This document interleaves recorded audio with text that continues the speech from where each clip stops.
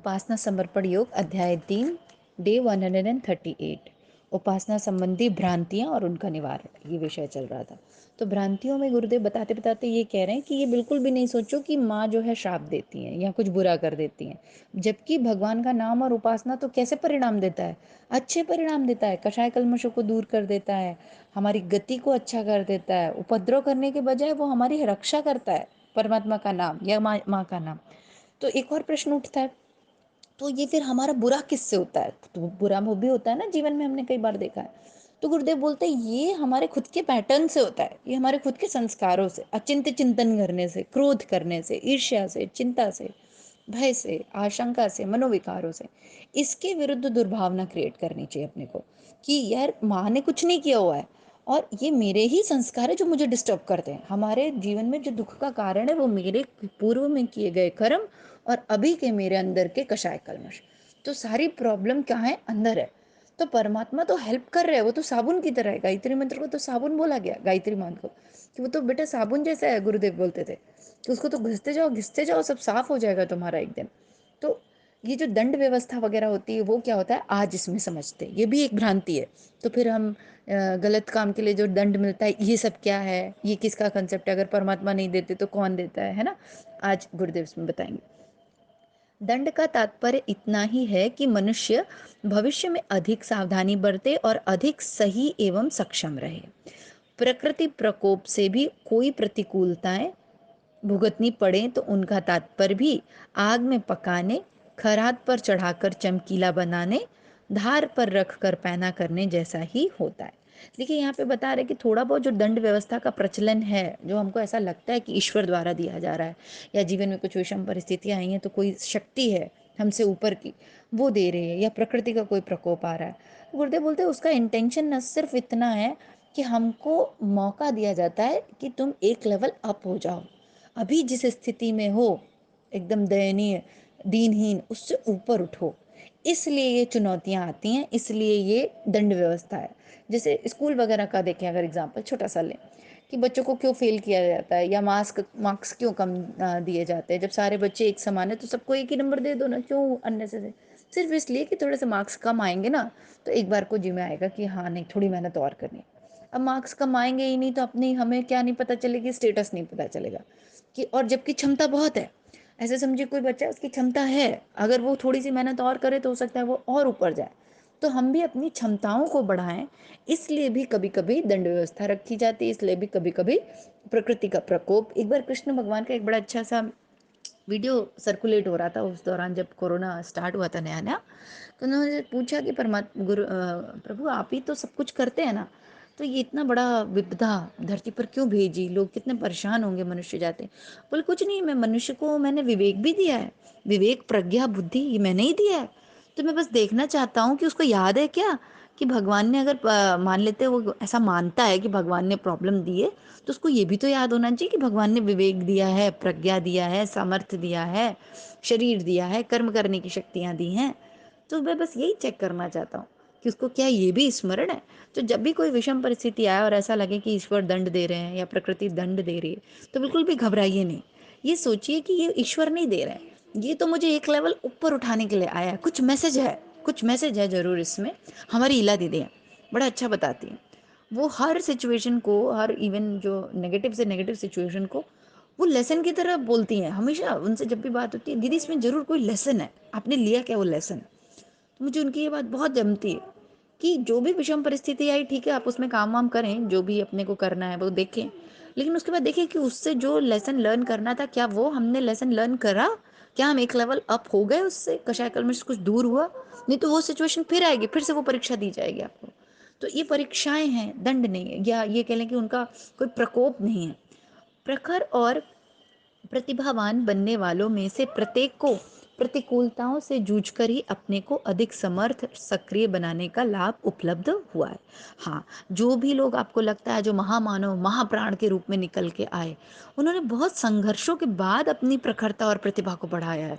और एक और चीज़ बताएं, लौ कितनी अच्छी जल रही है, दीपक की जो लौ होती है ना उसका तेज, वो तो जब हवा चलती है तभी पता चलता है ना? कि जब दीपक कितना अपने आप को स्ट्रांग बना रुक पा रहा है, कितनी देर तक होल्ड कर पा रहा है अपने आप को। तो थोड़ा सा विरोध होना भी ज़रूरी है, थोड़ा संघर्ष भी ज़रूरी है, घर्षण भी ज़रूरी है, नहीं तो बहुत बोरिंग हो जाएगा।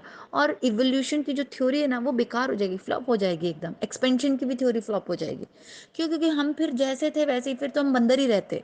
सच बता रहे, अगर ये एक्सपेंशन की पावर, आगे बढ़ने की इस तरीके की चुनौतियां नहीं होती तो आज हम लोग बंदर से मनुष्य नहीं बनते। और अभी मनुष्य से महामानव महाप्राण बनेंगे, आगे और भी चीज़ें चलेंगी, वो भी नहीं बनेंगे, देवोपम हो जाएंगे। ये तभी हो पाता है जब प्रतिभाओं को चुनौतियां दी जाती, तब प्रतिभा निकल कर आती है। टैलेंट तभी समझ में आता है जब कोई विषम परिस्थिति, जो कोई टास्क दो बढ़िया सा डेयरिंग टाइप का। तो ये डेयरिंग टास्क समझ लीजिए इनको, विषम परिस्थितियों को, कि इसमें जो निकल के आ गया फिर वो हो गया प्रतिभावान, प्रखर हो गया वो एकदम। तो ऐसे ही अनेक कारण दंडात्मक सुधारात्मक प्रस्तुत कठिनाइयों में हो सकते हैं। और विश्व परिस्थितियों का प्रवाह अपने ढंग से चलता है, उससे भी प्रतिकूलता उत्पन्न होती है। एक अच्छा दो दो दंड व्यवस्था जो अपने को लगता है कि दंडात्मक है, तो गुरुदेव कहते हैं कि ये जो थोड़ा सा लग रहा है कि दंडात्मक सुधारात्मक कुछ कठिनाइयां आ रही हैं, ये विश्व परिस्थितियों के प्रवाह से भी होती है। जैसा कि हम लोग ने पीछे देखा था ना कि कलेक्टिव कर्म के कलेक्टिव वो होते हैं, इफेक्ट्स होते हैं, फल आते हैं ना। तो कई बार वो भी, अब जैसे ये कोरोना को देखिए, अब ऐसे समझिए, अब मैंने जीवन भर लहसुन प्याज नहीं खाया और आज उस, मान लो मैं मर गई कोरोना से, तो सोचो मैं उस जीवाणु से मर गई जो नॉनवेज से निकला था, या जो लोग नॉनवेज खाते थे उससे। तो मैं तो बहुत सात्विक थी, मैंने तो कभी लहसुन प्याज भी हाथ नहीं लगाया, और अब आज ये देखो क्या हो रहा है। तो इस तरीके की घटनाएं हो जाती हैं कि हम गेहूं के साथ घुन भी पिसते हैं। लेकिन इसमें क्या है, कलेक्टिव कर्म है, लेना तो पड़ेगा, एवरी डॉट्स आर कनेक्टेड। उसके बारे में काफ़ी लंबी चर्चा पूर्व में हुई है। गुरुदेव यही कह रहे हैं कि विश्व परिस्थितियों का प्रवाह भी अपने ढंग से चलता है, और उसकी प्रतिकूलताओं की वजह से भी कभी कभी ऐसी परिस्थितियां उत्पन्न होती है।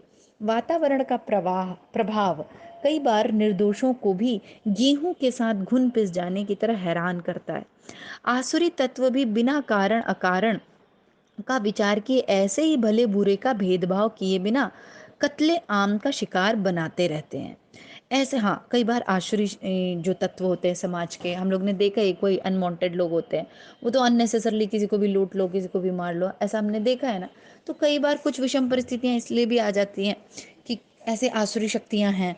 तो अब ऐसे में हम ये नहीं कह सकते, जैसे निर्भया कांड हुआ था, तो कोई लोग अरे उसका प्रारब्ध और इसका किस्मत, नहीं, ये प्रारब्ध वारब्ध नहीं था, और ये कर्म भी नहीं थे, और ये कोई कषाय कलमश भी नहीं था जो उसको इतनी विषम परिस्थिति, ये आसुरी शक्तियां थी। जो कि देखिए गुरुदेव ने यहाँ पे मेंशन किया कि कई बार विषम परिस्थिति, हाँ विषम परिस्थिति और ये इस तरीके की चीजें आती हैं सामने। क्यों? क्योंकि समाज में कुछ आसुरी तत्व हमारे साथ घूम रहे हैं, पर उनको भी सुधारना। और ये क्या होता है कि जब इस तरीके की घटनाएं होती हैं तो कुछ जागृत आत्माएं होती हैं जिनकी आंखें खुलती हैं।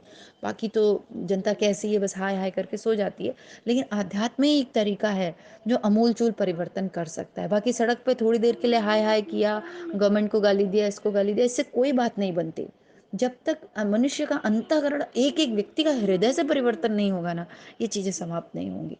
तो यहाँ पे भी यही बता रहे कि कई बार विषम परिस्थिति इसलिए भी आती है कि कुछ असामाजिक तत्व, कुछ आसुरी तत्व हमारे इर्द गिर्द रहते हैं, वो क्रिएट कर देते हैं विषम परिस्थिति। उसमें ना हमारे कषाय कल्मश है, ना कोई पूर्व का प्रारब्ध है, ना कोई हमने गलत काम किया था। हम तो शुद्ध पवित्र अपना काम कर रहे थे, पर चूंकि वो आश्रित तत्व थे तो उन्होंने हमला कर दिया। तो ऐसे अनेक कारण मनुष्य के सामने आते रहने वाली कठिनाइयों एवं विपत्तियों के हो सकते हैं। उन सब का विचार किए बिना समस्त आगत कठिनाइयों का दोष अपनी छुटपुट सी उपासना के मत्थे मढ़ना सर्वाधिक अनुचित है। हाँ, ये बहुत अच्छी बात गुरुदेव ने आखिरी में लिख दी है, सच में दिल को छू गई।